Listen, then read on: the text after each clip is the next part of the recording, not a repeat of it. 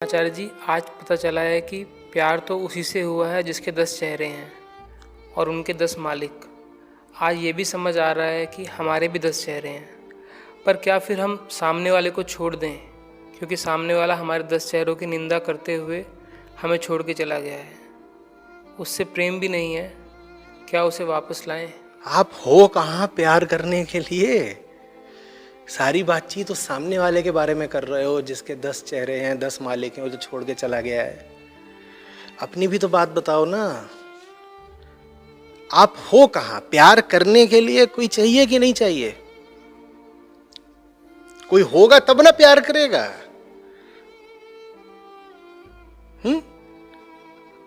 College के दिनों में था, मैं आइन रैंड को पढ़ा था, तो फिर याद करता हूँ बिस्तर पे लेट के अपना पढ़ रहा था फाउंटेनहेड। तभी एक उसमें वाक्य सामने आया और मैं बिस्तर पे लेटा था, एकदम ऐसे सीधे उठ के बैठ गया। मैंने कहा था, टू से I love you one must first know the I. I love you तो आई से शुरू होता है। आई है कहां तुम्हारे पास? आई है कि आई लव यू बोलने निकल पड़े? और सारी बातचीत किसके बारे में कर रहे हो? यू के बारे में। यू ऐसे हैं, यू ऐसे हैं, प्रेम ऐसा है। अरे वो यू तो बहुत बहुत बाद में आता है। शुरुआत किससे होती है? आई से। वर्णमाला ए से नहीं शुरू होती, आई से शुरू होती है। समझ में आ रही है बात? वो अल्फाबेट है, तुम गलत बोलते हो अल्फाबेट। तुम ठीक हो जाओ, उसके बाद सामने वाले के 10 चेहरे तुम्हारे लिए समस्या नहीं रह जाएंगे। दर्द तो बहुत दूर की बात है कि दर्द देंगे कि नहीं देंगे, समस्या भी नहीं रहेंगे तुम्हारे लिए। फिर बिल्कुल जान जाओगे कि उसके 10 चेहरों के साथ क्या करना है, कुछ करना भी है कि नहीं करना है। अभी तुम्हें उसके 10 चेहरों से इसलिए समस्या हो रही है क्योंकि तुम्हारे भी अपने 10 चेहरे हैं। इस आई को ठीक करो पहले।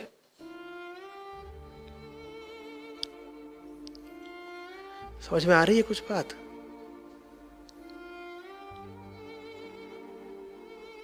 हम कुछ अजीब से हैं, जैसे किसी तरीके से एक पिंड बना दिया जाए, जिसमें कहीं पॉजिटिव चार्ज है, फिर कहीं नेगेटिव चार्ज है, फिर कहीं चुंबक लगी हुई है, फिर कहीं कुछ लगा हुआ है जिससे मैग्नेटिक फील्ड जनरेट हो रहा है। जितने तरीके की कारगुजारी करी जा सकती है वो सब कुछ उस पिंड में है। एक छोटा सा स्फीयर बना दिया गया है और जो सामने वाला है वो भी लगभग इसी तरीके का है। अब एक स्थिति पैदा हुई जब मैं ऐसे हूँ, एक स्फीयर हूँ। स्फीयर समझ रहे हो ना? गोलाकार पिंड। मैं ऐसे हूँ, यहाँ मेरा इस वक्त मेरा जो पॉजिटिव चार्ज था यहाँ पर था। कहाँ पर था? यहाँ पर था। और ठीक उसी वक्त प्राकृतिक संयोग ऐसा पैदा हुआ कि सामने मेरे वो आ गया, उसका नेगेटिव चार्ज यहाँ पर था। तो हम दोनों एक दूसरे की ओर ऐसे खींच गए। बड़ा मजा आया। ये शायरी सुनाते थे, ये कविता लिख के भेजती थी, ये सेब बताते थे, ये अंगूर बताती थी। बढ़िया, अपना पॉजिटिव नेगेटिव, पॉजिटिव नेगेटिव। और अभी इधर पूरे बाकी में क्या छुपे हुए थे? 100 तरीके की और चीजें, सब फिजिकल, सब प्राकृतिक।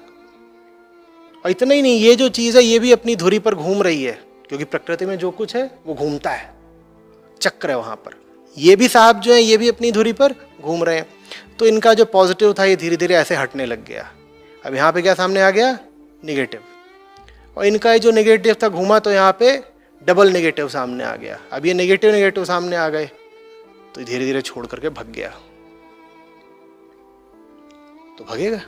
अब शिकायत क्या है कि इसमें देखो, इसमें पॉजिटिव भी था, नेगेटिव भी था, मैग्नेटिक भी था, इलेक्ट्रोमैग्नेटिक भी था, इलेक्ट्रोस्टैटिक भी था, सब कुछ था, पता नहीं क्या क्या था। सब बताए नहीं, बस एक बताया, और जो एक बताया वो फिर बाद में छुप गया। भाई जो कुछ उसमें था वही सब कुछ तो तुम में भी था ना। तुम में नहीं होता तो तुम फंसते क्या? पर आई की, मैं की, अहम की, अपनी बात हम नहीं करना चाहते। थोड़ी देर पहले मैंने क्या बोला था? माया क्या करती है? तुम ही को लेती है, तुम्हारे सामने खड़ा कर देती है, तुमसे विपरीत बना करके। वो बिल्कुल तुम्हारे ही जैसे तुम्हारे सामने है, बस उसका जेंडर बदल दिया है। तुम अगर मिस्टर एक्स हो तो सामने वो मिस एक्स है, पर वाई नहीं है वो, उसको वाई मत बोल देना, बस उसका लिंग बदल दिया। वो बिल्कुल तुम ही हो जो तुम्हारे सामने है। और तुम उसकी ओर भगे जा रहे हो कि कुछ बिल्कुल नया, अनूठा, अद्भुत मिल गया है, नॉवेल। उसमें कुछ नवीन नहीं है, वो बिल्कुल तुम ही हो।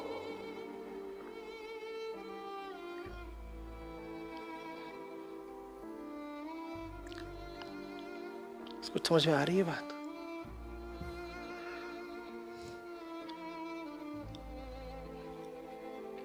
आप ठीक हो जाइए, आपको ये सवाल नहीं पूछना पड़ेगा। ये सवाल आप इसलिए पूछ रहे हैं क्योंकि आप अभी भी वही हैं जिसने पहले उम्मीद बांधी थी।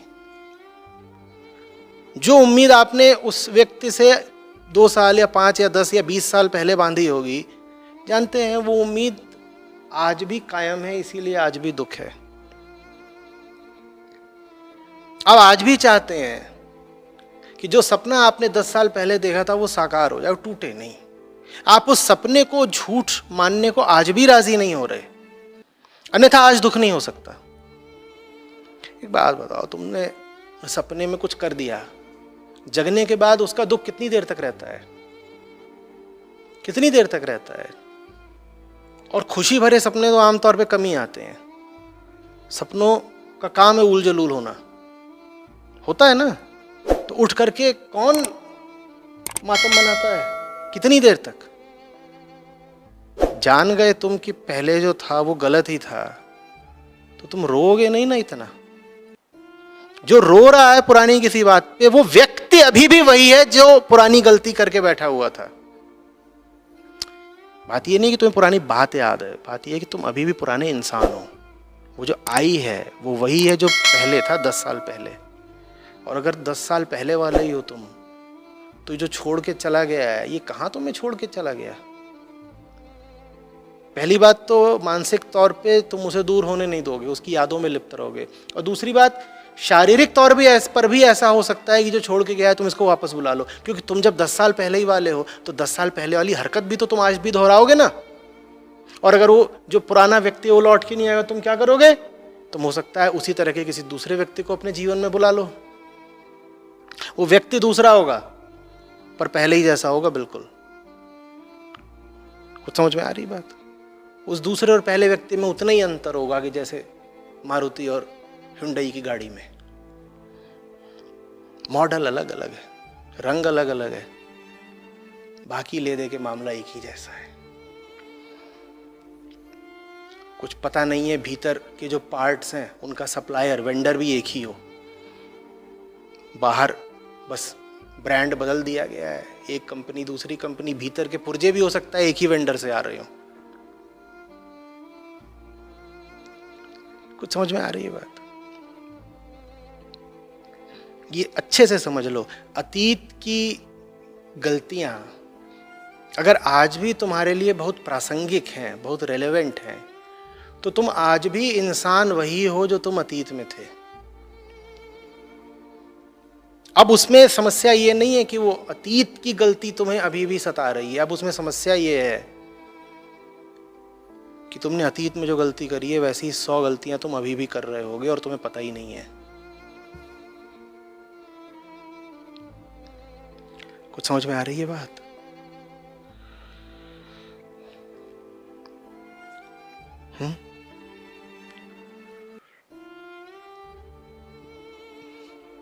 बल्कि अब जो तुम कर रहे हो वो अतीत में तुमने जो गलती करी उससे ज्यादा ही थोड़ा खतरनाक है।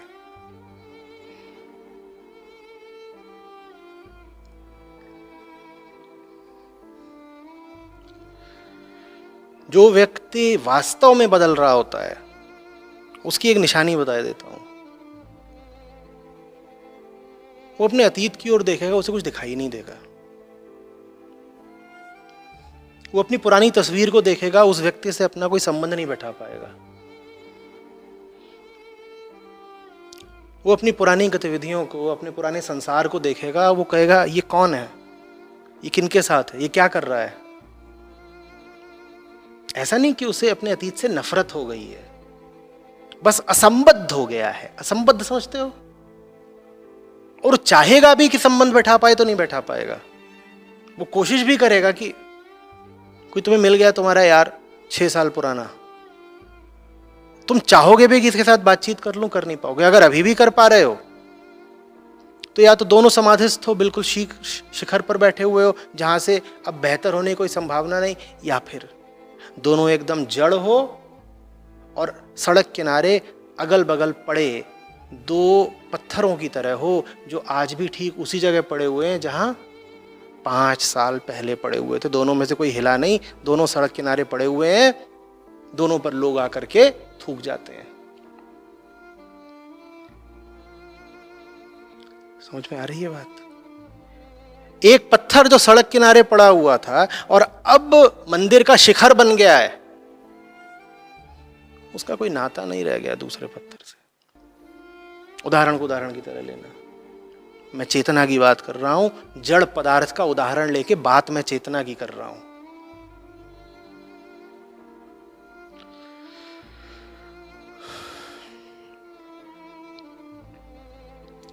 स्मृति में याद रहेगा, स्मृति को याद रहेगा, आइडेंटिफिकेशन टूट जाएगा। ऐसा नहीं है कि तुम्हारा कोई पुराना दोस्त तुम्हारे सामने खड़ा होगा और तुम कहोगे तू कौन है, तू सोहन है, तू रोहन है, तू मोहन है।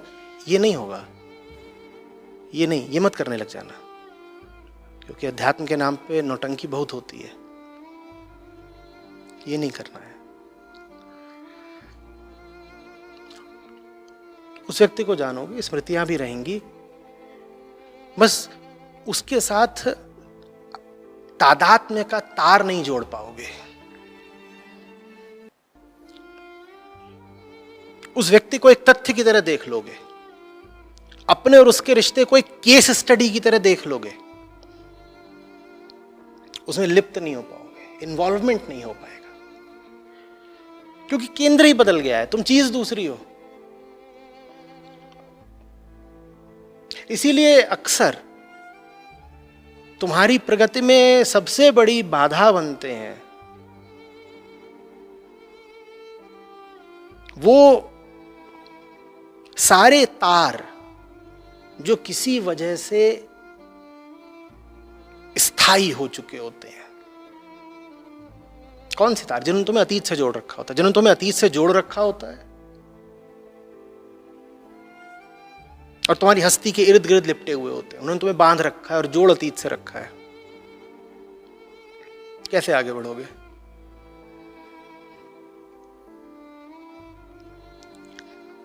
स्पष्ट है ना बात? समझ रहे हो ना? दो पत्थर सड़क के अगल बगल पड़े हैं, एक कैसे उठ करके मंदिर का शिखर बन जाएगा अगर वो दोनों पत्थर आपस में बंधे हुए हैं। और बंधे भी किससे हुए हैं? कटीले तार से। कोई बाहर वाला अगर खोलने आया है तो जो खोलने आया है उसी के चोट लग जानी है।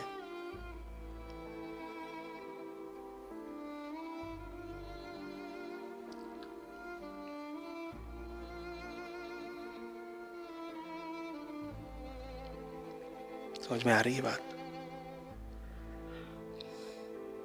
तुमको नहीं कहा जा रहा है कि अपने पुराने संबंध तोड़ दो। एक तथ्य बता रहा हूं, जो व्यक्ति चेतना के तल पर प्रगति कर रहा होता है उसके लिए यह असंभव हो ही जाता है कि वो पहले जिस तरह की सोच रखता था, आचरण रखता था, व्यवहार रखता था, उसी पर कायम रहे, दोहराता चले। नहीं कर पाओगे। आज तुमसे कहा जाए तुम 5 साल की उम्र में जैसी सोच रखते थे, जैसा तुम्हारा मानसिक जगत था, उसका पुनः अनुभव करके दिखाओ, तुम कर सकते हो क्या? इसी तरीके से जो व्यक्ति चेतना में आगे बढ़ गया है वो पुराने जो उसको सब एहसास होते थे उनको दोहरा ही नहीं पाएगा।